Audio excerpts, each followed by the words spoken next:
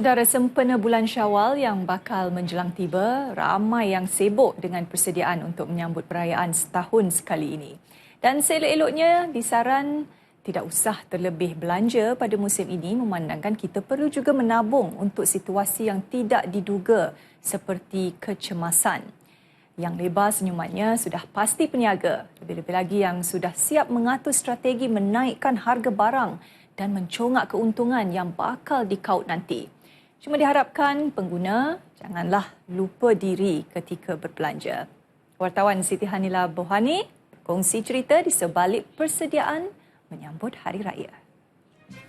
Hai selamat Hari Raya, kami semua ucapkan. Lagu Raya, jualan raya, bazar Ramadan, buffet Ramadan adalah sinonim dengan bulan puasa dan sambutan Hari Raya di Malaysia.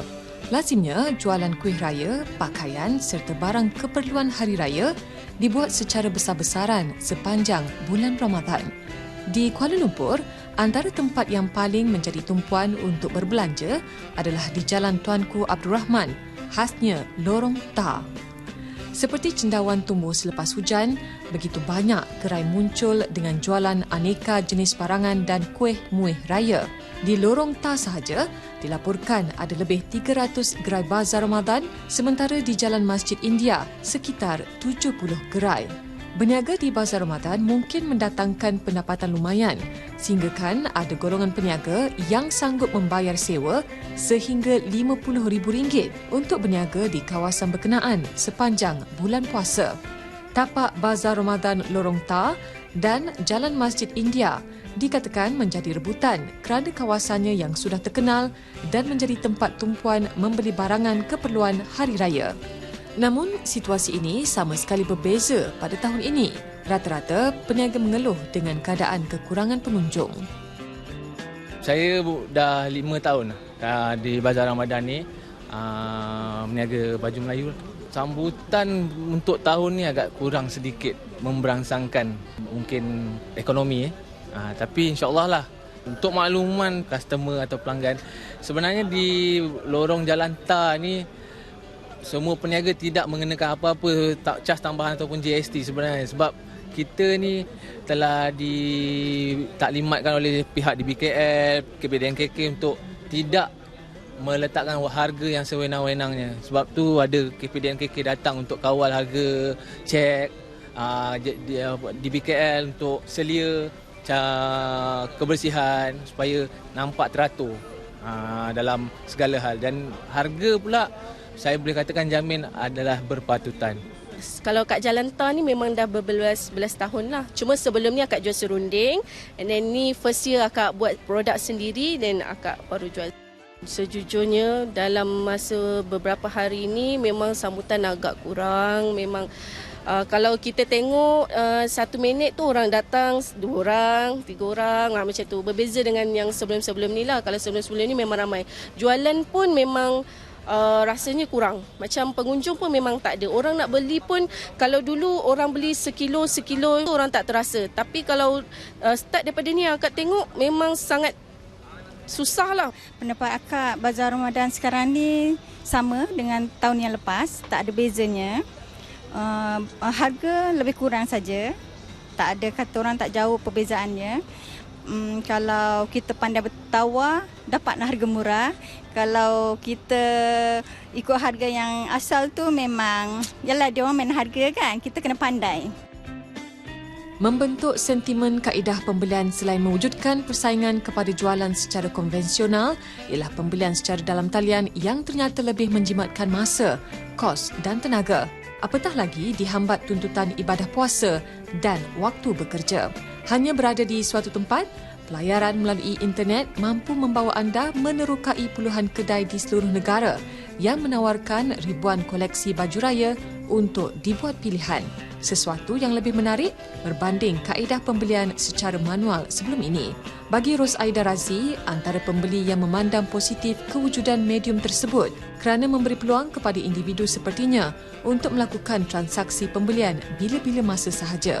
Bakal menyambut Lebaran tidak lama lagi, Ros Aida sudah meninjau beberapa jenama yang mengeluarkan koleksi hijab terkini dan mengambil peluang tersebut untuk membeli secara ekonomi kerana ramai penjual akan menurunkan harga koleksi terdahulu untuk menghabiskan stok. Menurut beliau, kaedah pembelian secara dalam talian ternyata lebih santai, menyenangkan dan paling penting, menjimatkan masa. Namun, perlu diingat, pembelian melalui dalam talian akan terdedah dengan risiko tidak mendapat barangan sebagaimana yang ditempah, barang tidak berkualiti dan lambat sampai ke destinasi. Secara tidak langsung, menjejaskan persiapan menyambut Hari Lebaran. Sebenarnya kalau untuk membeli pakaian, maksudnya kita sebagai baju lah, contoh baju, disebabkan oleh faktor saiz badan, badan kakak yang besar. Jadi sebenarnya kakak lebih prefer untuk pergi kedai ke kedai. Sebenarnya lebih selesa untuk mencuba satu persatu sebelum membuat keputusan untuk membeli. Tetapi untuk tudung, sebab dia tak perlukan apa-apa saiz yang tertentu, saya akan pastikan saya membeli secara online lah untuk menjimatkan masa. Perbelanjaan, kalau kita sebut, sebenarnya tahun ini adalah tahun yang sangat berbelanja secara berhemah. Okey, jadi untuk persiapan pada hari raya, penjimatan berlakulah lebih kurang 30% juga dijimatkan. Jualan pada musim perayaan sememangnya banyak membantu peniaga dalam penjualan produk kerana pembeli sanggup mengeluarkan kos yang mereka mampu demi mendapatkan koleksi yang ingin dimiliki yang biasanya lebih segar, terkini dan mengikut trend. Bagi menarik perhatian pelanggan, penjual sedaya upaya memberikan tawaran terbaik untuk menghargai sokongan mereka. Ada yang membuat jualan murah, potongan harga, busana percuma dan sebagainya.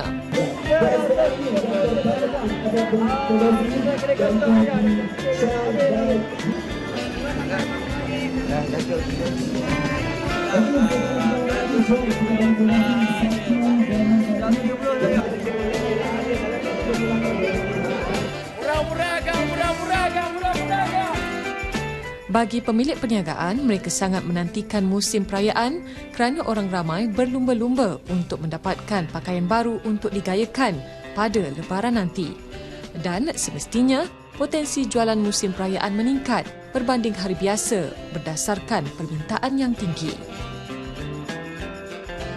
Okey, Alhamdulillah, ini dikirakan sebagai pertama kali Souk Connection membuka booth di festival seperti ini. Lebih lagi sekarang tengah musim perayaan, Alhamdulillah sale sangat memberangsangkan kerana ini merupakan satu platform untuk Souk Connection memperkenalkan jenama kami kepada orang luar. Sebab di online kami mempunyai target market yang different. Jadi di sini kita mempunyai target audience yang different. Jadi boleh membantu menjana orang kata tu income lah untuk vendor sekali untuk di musim perayaan ini.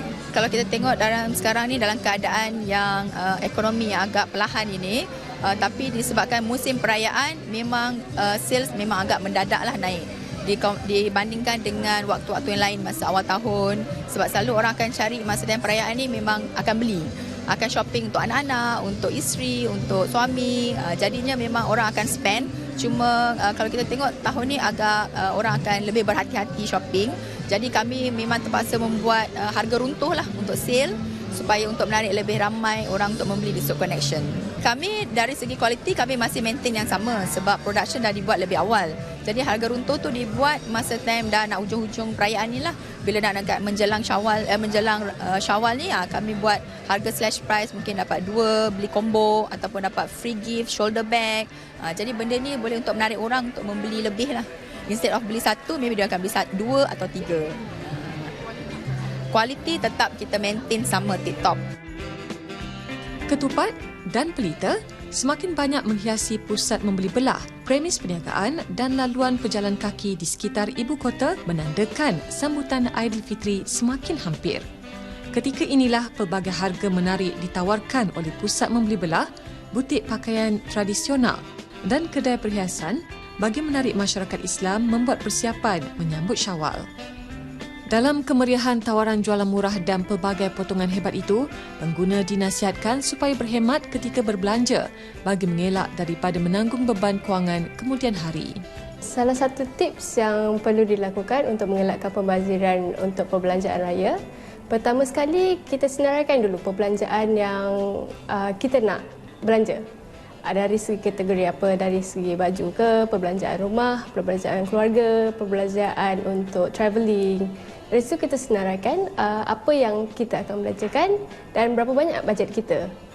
Dan dari situ kita boleh tahu kita mempunyai duit yang cukup untuk cover kita punya perbelanjaan ataupun tidak.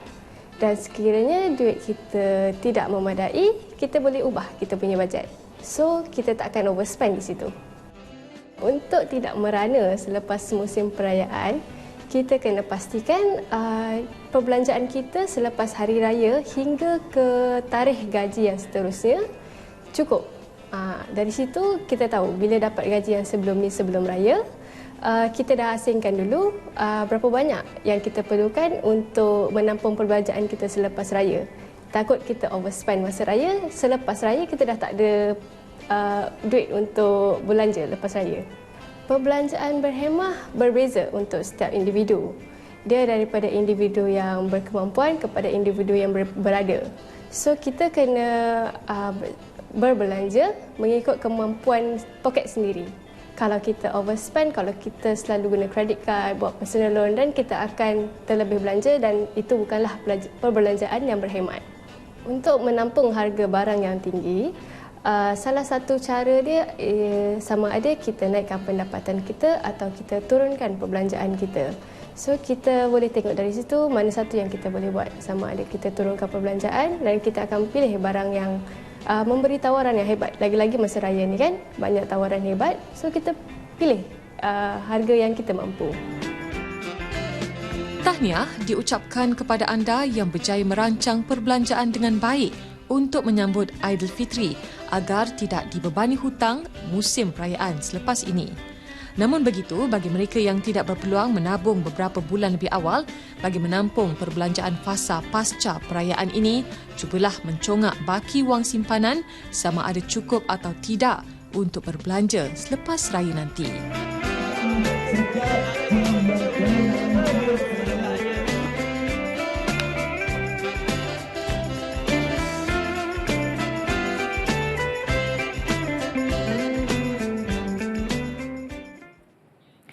Saudara, rancanglah perbelanjaan dengan bijak, utamakan barangan mengikut keperluan.